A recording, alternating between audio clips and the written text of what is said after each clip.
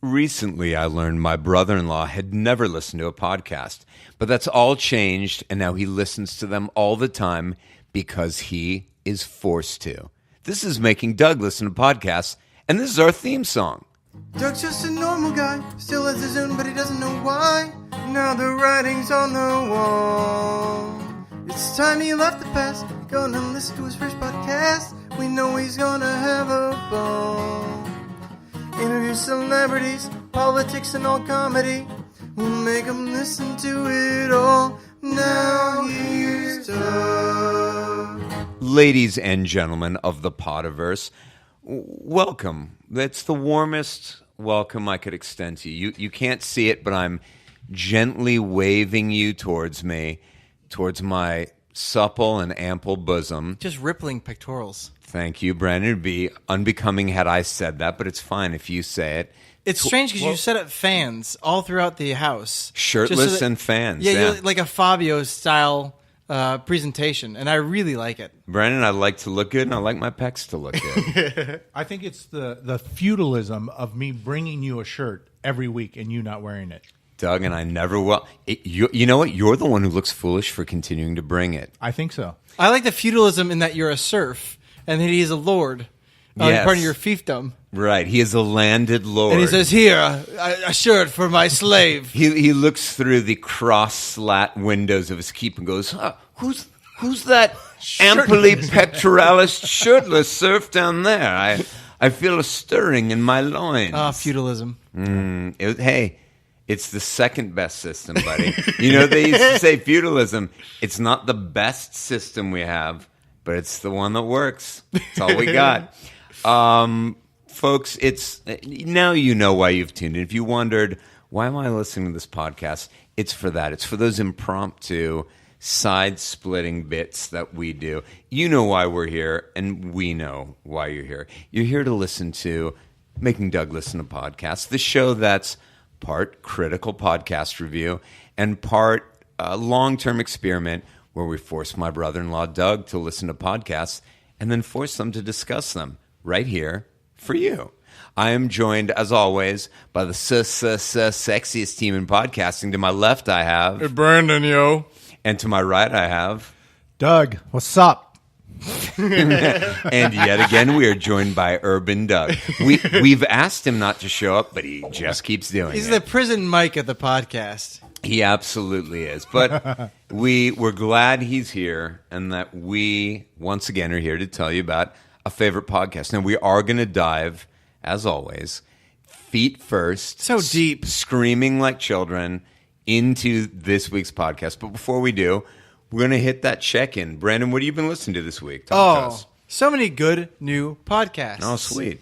One of the ones I really like is called Mobituaries. Okay. And it features Mo Rocca talking about death. Okay. And so one of the episodes... Forgive my ignorance. Who's Mo Rocca? So Mo Rocca was a contributor on The Daily Show. And he's also a frequent guest on Wait, Don't Tell Me, the NPR news quiz. Yeah, I know you love that. He did a show called like Cooking with Grandmas, where it was a travel cooking show. He'd go to grandma's house and have them show him recipes. That's awesome. Skinny guy with glasses? Exactly right. All right. It's kind of a straight bangs across the top. Okay.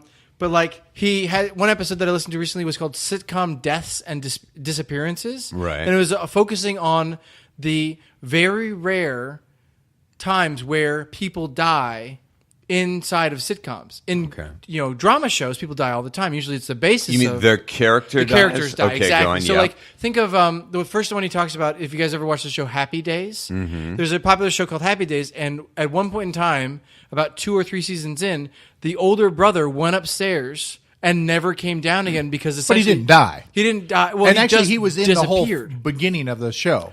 But the other thing is that and they point out Well, you said deaths or disappearances. deaths or disappearances. Or disappearance. Yeah, he did, without question, disappear. Disappear. But Are he you was in s- the first season. Are you saying that within the narrative of Happy Days, his disappearance is never explained? Never Right. addressed. Oh, yeah, he he just disappears. walks into heaven. just walks Yep. up, and what happens is Fonzie, as played by Henry Winkler, Yeah. takes on that role. They Right. write all that stuff Of of the the kind older of brother. older brother role. But Chuck, it was his Chuck character's is his name. right? And one of the funny things that they talked about was how That's insane. At the end of the show, Arthur, the father of the family, goes, we had a tough time, but we raised 2 beautiful children. And they just completely wash over the fact that they had 3 children when they started the show. Arthur is actually Fonzie, though. Oh, who am I thinking of? Who's the father?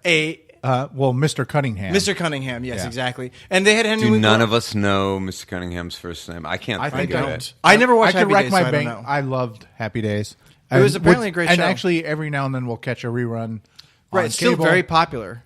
I'll Doug, rack my does brain to it see if I can come up. does it stand the test of time for you? When you watch it, you're like, oh, I still enjoy it, or does it seem very dated? You know what's interesting? Because it was, what was it, like late 70s, early 80s, Yes, based correct. in the 50s. Correct. So I think for that reason, it stands the test of time up to a point. And that point is the beginning of the show, Richie, in high school, Fonzie, this kind of older rebel guy, Right. sees the world through these different eyes. All of that was great. At some point, and I know it was a whole behind the scenes thing with Ron Howard about his character and wanting to be more of a man and more independent of needing Fonzie. Right. That they changed the narrative to where I think it was when he went off to college and then especially how they wrote Richie out was when he went to war. Okay. But at that point, God. Didn't address that in the podcast. but at that point, though, the show, like if you watch those episodes, it loses something, But the original whatever first few seasons, maybe first 5 seasons, I Right. don't know. Yeah, those hold up and are still enjoyable. Well, that's good. So the other thing they talked about was the first episode of Mobituaries is about a JFK impersonator who was incredibly successful in 60, 61, and 62. And then as it turns out, in 63, had sort of a course correct when the person he was impersonating Sure. was deceased. Wow. So that was a really interesting podcast. Mo Rocca is very funny. He's a very interesting guy, and he does a pretty deep dive. Like for the TV show, when he got Henry Winkler to come on and talk about his experiences on that's cool. Happy Days. Right. The other, I've also been listening to. There's a new podcast called The Dropout, which is about Elizabeth Holmes of Theranos. And Elizabeth Holmes started a company that basically said, we'll be able to take your blood and scan it for every disease, any kind of affliction, and we'll be able to do it. You give us a blood sample, you send it through the mail, and we'll tell you everything you need to know about your health and welfare. And we've learned over the past year or so that it was all false, that they couldn't do any of the things Just that a they big claimed. money scam? And they had... the company was valued at one point in time at $10 billion. Wow. And they had a huge amount of investors giving them money based on all these claims that they were having these incredible results on all these tests, and everything was falsified. And so they're doing a very thorough investigation into what happened with Elizabeth Holmes, how she and her partner Sonny were able to fool all these investors, fool all these people. So that was beneficial. I've only listened to the first episode of that, but it's a great deep dive. And then there's another show I like called Great Debates, where they have 2 people and a great. I think anybody who's listening to the sound of my voice, go find the most recent Our Traditional Holiday Gathering with BJ Novak and John Mayer, where they have on 2 famous people to come in Right. and debate absolutely ridiculous topics. Okay. Things like, has weed peaked? Or another one that I really liked was, your neighbor is your friend. And so somebody gets assigned a pro, somebody gets assigned a con, Sure. and then they have to debate these Just like in ridiculous debate class in college or Exactly. high school. Oh, that sounds fun. And from that episode with John Mayer and BJ Novak, here are the topics. Should single people have to put up a Christmas tree? Do we have to love Bruce Springsteen? Is the Rock and Roll Hall of Fame rock and roll? So these are all things that they arbitrarily assign somebody to Right. defend or go against a topic, and then they talk about them, and it's hilarious. It's so that funny. sounds fun. And it's not always BJ Novak and John Mayer. They're just special guests on that episode, but they come every year. Right. But every episode is great. Every episode is...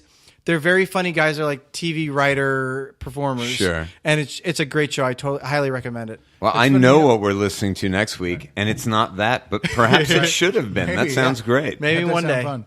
It's funny. You were talking about the Mo Rocca? Is that Mo it? Rocca. Rocca. Yes. When in that same mindset where stuff like that kind of fascinates me about characters on TV shows. Sure.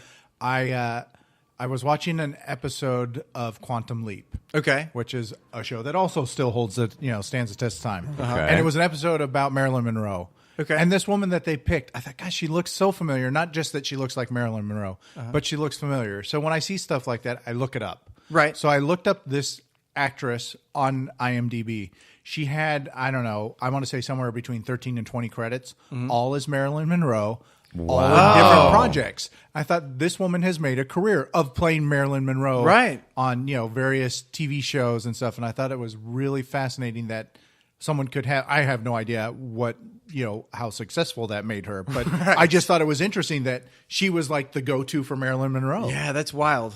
It's a niche, baby. I mean, if it works for you, that is absolutely crazy. That sounds like a fun podcast. You know what? Did this person want to be an actor, or did this person want to be Marilyn Monroe? Right. Who knows? It's a shame because obviously it's too late for you to assign me this because you've already thrown it out there in the world, but or not. You are not banned from listening to podcasts. Well, what Doug. Doug, you're aware you can do whatever you want with your free time. Well, if you two would ever shut up, what I'm about to tell you is that I think I may check this one out. I think you should. It sounds like something I would enjoy, and I know you guys don't like to assign me things I would enjoy. Just so listen. I think you should listen to it. I think you should listen to it. You know the sad part right now? I can't even think of the name. Well, Doug, that's why you don't get to. Two things you should know, Doug. I've barely spoken in all this episode, so new listeners are like, why was Doug so mean to John? And two, we will never shut up. I can tell you, by the end of this episode, they'll think, oh, yeah, Doug's not mean enough. That's probably true, Doug. You're not mean enough. And my advice for you, survival technique, get a little meaner for this podcast. Doug, you have my phone number. You just give me a call. Ring a dingy. Thanks. And I'll say Mobituaries and I'll hang up on you. Mobituaries. John, all right, I'm going to write that down right now. What have you been listening to? Well, what have you tucked in? Movies, TV, anything struck your fancy? I'll throw a few things by you. In the realm of podcasts, I don't have a lot I listened to this week, but there's one very good reason. 1 3-hour and 20-minute good reason. Yes, please. You and I both listened to the horror podcast, Dead and Lovely. Yes. With Ben Eller. Steve Spratling and Ben Eller, right?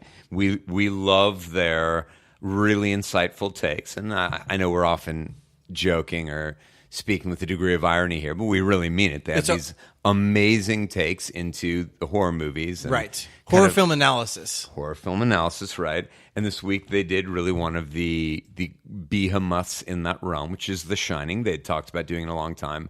And they put in a 3-hour and 20-minute episode. Damn. Yeah, which meant I honestly didn't really have time to listen to a great deal else other than that. And it took me a few days. Totally enjoyed it.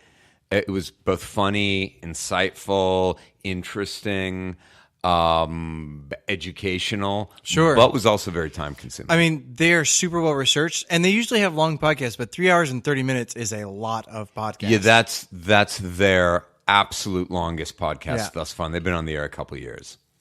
Someday we should not do this. Okay. I'm suggesting. If you put it out on the air, Doug, I'm about to suggest something that we should not do because of what it says about me. Okay. And that is someday we should actually keep a log, maybe just 1 week, of what you guys listen to as far as podcasts, how much time goes into that. Oh, sure. Versus how much television I watch, and then just compare. Like, I guarantee you have us beat. I guarantee. Well, I'm sure I have you beat too, but also I think when it comes to topics, because you guys, when you talk about the podcast you listen to, right, they sound very interesting. A lot of times very intellectual, newsworthy, whatever, as opposed to television, which is more just fun and entertainment. It can be, but yeah, sure. Right. I'm also afraid because I've thought over the years, like I should keep a list of what I watch. I actually used to have to do that at one time for a job I had. Okay, and it's frightening.